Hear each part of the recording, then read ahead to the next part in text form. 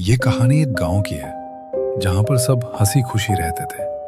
लेकिन रात होते ही कुछ ऐसा होता था कि सभी लोग अपने अपने घरों में चले जाते थे और पूरे गांव में सन्नाटा छा जाता था। एक अनजान लड़की उसी गांव की ओर बढ़ रही थी, उस गांव के रहस्यों से अपरिचित।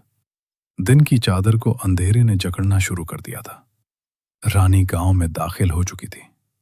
पूरे गांव में सन्नाटा छाया हुआ था। वो अपने कंधे पर बैग टांगे हुए तेजी से अपने मामा के घर की तरफ जाने लगी। गांव में एक बात मशहूर थी, देर रात होते ही वहां पर कुछ ऐसी आवाजें आती थी जैसे कोई किसी को पीट रहा हो और कोई दर्द से चीख रहा हो। ऐसे ही कई अफवाहें थी जो उस गांव में फैली हुई थी। इसीलिए रात होते ही सब अपने अपने घरों की तरफ चले जाते थे। लेकिन रानी को इस बारे में कुछ नहीं पता था। वो अपने मामा के घर उनके बेटे की शादी अटेंड करने आई थी। रानी को कुछ अजीब महसूस हो रहा था। जब माँ जिंदा थी तब वो गांव आई थी। इस बात के भी 8 वर्ष बीत गए थे। आज तो गांव का नक्शा ही बदला हुआ लग रहा था। अभी वो मामा के घर से अच्छा खासा दूर थी। कहीं पेड़ों के झुरमुट, कहीं अधूरे खंडहर नुमा मकान। वो बहुत तेज तेज चल रही थी क्योंकि डरावने मकानों के पास से वो जितनी जल्दी हो सकता था उतनी जल्दी गुजरना चाहती थी। अचानक उस सन्नाटे को चीरती हुई घोड़ों की टापों की आवाजें आने लगीं। समझना मुश्किल हो रहा था कि आवाजें आग के शोर से रही हैं। उसने देखा कि कुछ घुड़सवार चले आ रहे थे। वो उस खंडहर नुमा घर के पास बने एक बड़े से पेड़ के पीछे छुप गई। कम रोशनी की वजह से वो घुड़सवार रानी को नहीं देख सकते थे।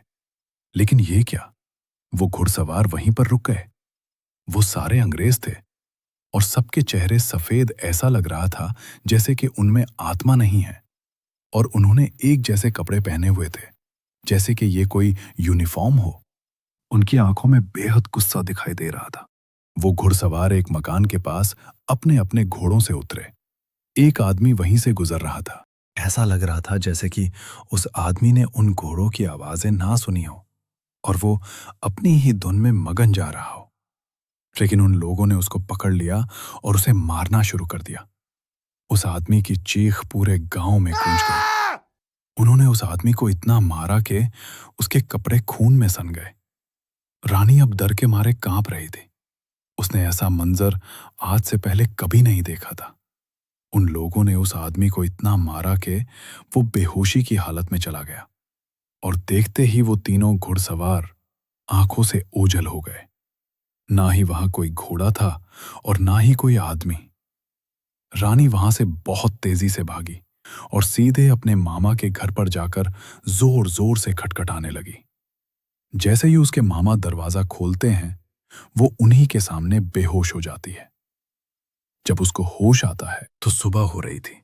उसकी मामी उससे पूछती हैं, रात में तुझे क्या हो गया था? तू बेहोश हो गई आते ही। रानी एक ही सांस में पूरी कहानी अपने मामा मामी से सुना डालती है। उसके मामा कहते हैं, बिटिया, हर महीने 25 तारीख को इस गांव में कुछ अंग्रेजों की आत्माएं नजर आती हैं। अगर कोई इंसान उन्हें मिल जाए तो वो किसी को पेड़ से बांध कर मारते हैं तो किसी को कोड़े से। यही वजह है जो हर महीने इसी तारीख को हम घरों के अंदर रहते हैं और कोई बाहर नहीं निकलता।